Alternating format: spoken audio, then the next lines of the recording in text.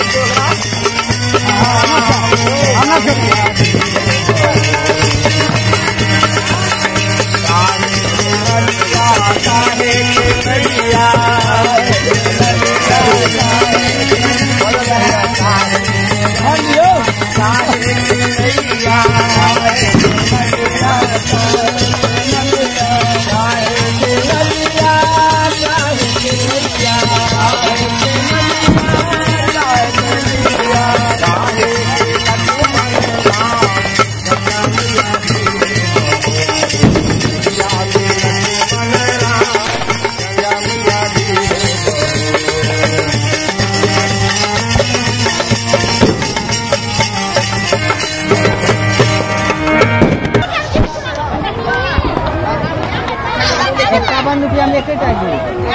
हाँ, एक सब्जी में 2 चाहिए।